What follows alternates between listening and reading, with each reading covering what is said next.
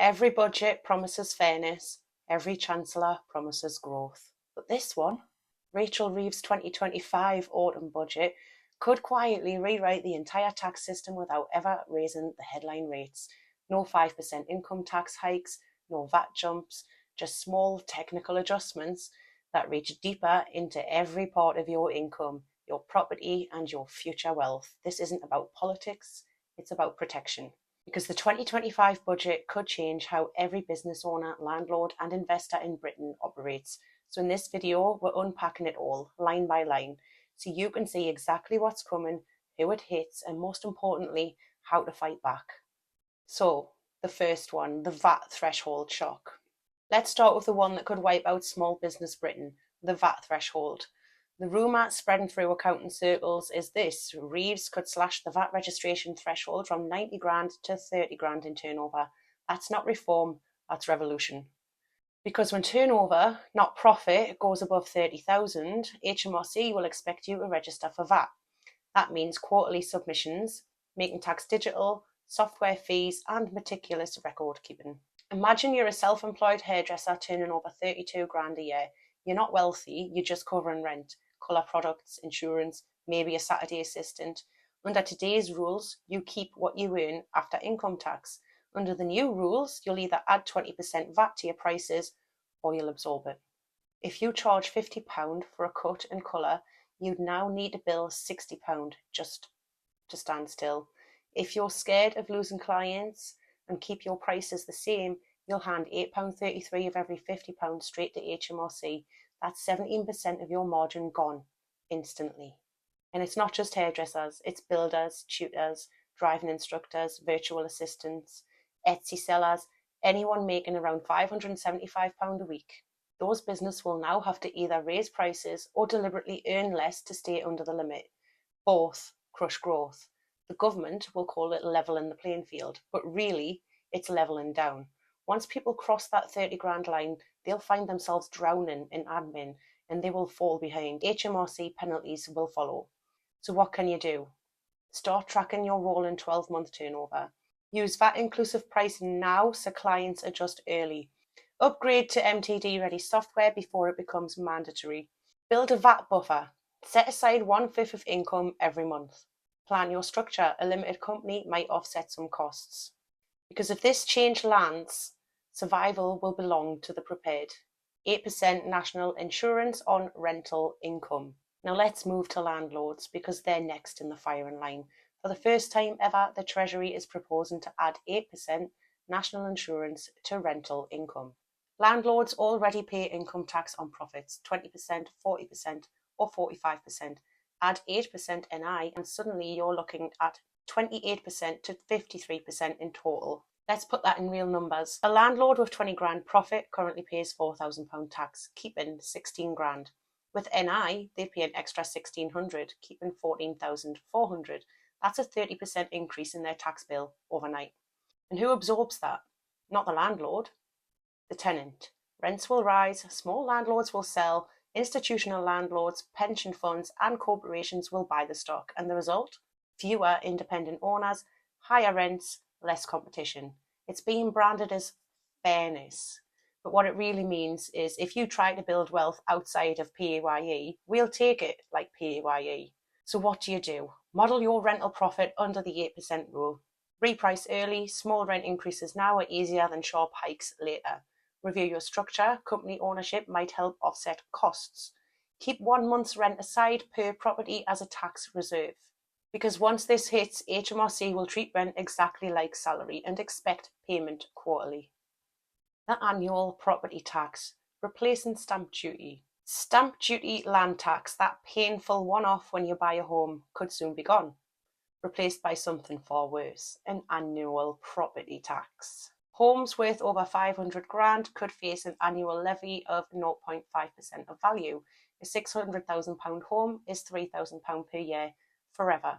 A £1 million home, £5 grand a year.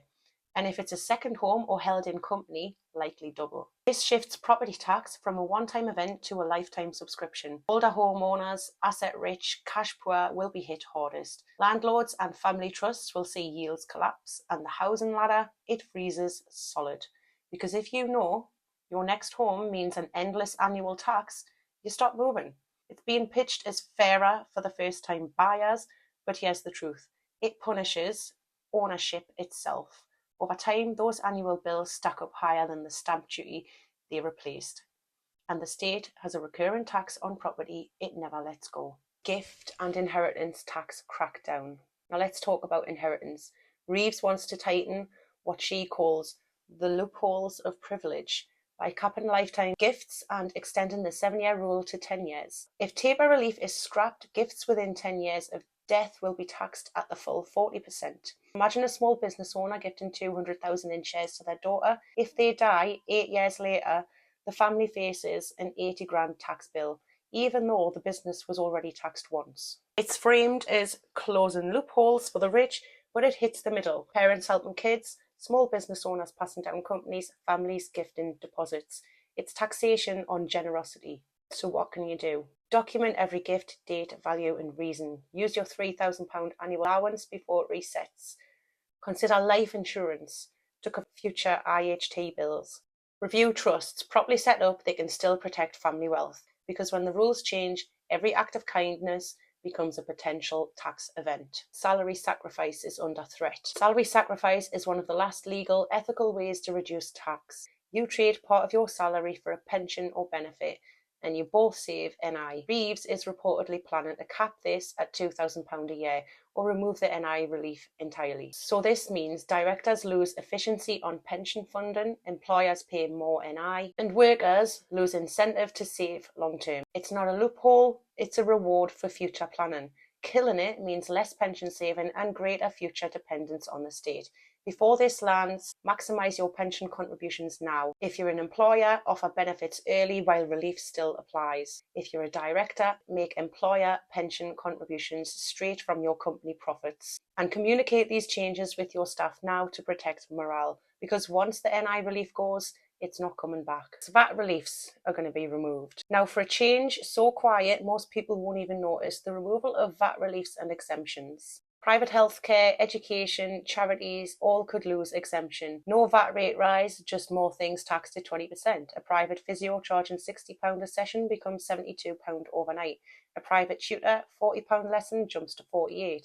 Charities pay 20% more for supplies with no reclaim option. It's being pitched as simplification, but in reality it's stealth inflation. When core sectors like healthcare and education get taxed, every household feels it. The income tax and NI swap. The cleverest reform of them all, the income tax national insurance swap. So she is suggesting to cut NI by 2p and raise income tax by 2p. It sounds harmless, right? Wrong. Income tax applies to everyone. Employees, self-employed, landlords, pensioners. NI doesn't. So Reeves can say she's helping workers, but she's really expanding the taxable population. Directors lose the ability to balance salary and dividends. Employers face high payroll costs. Pensioners, who don't pay NI, see tax rise with no offset. It's not simplification, it's redistribution disguised as reform. Now let's zoom out. Each of these policies alone is painful. Together, they're catastrophic. VAT down to 30k, small business crisis. NI on rent, landlords sell, rents rise.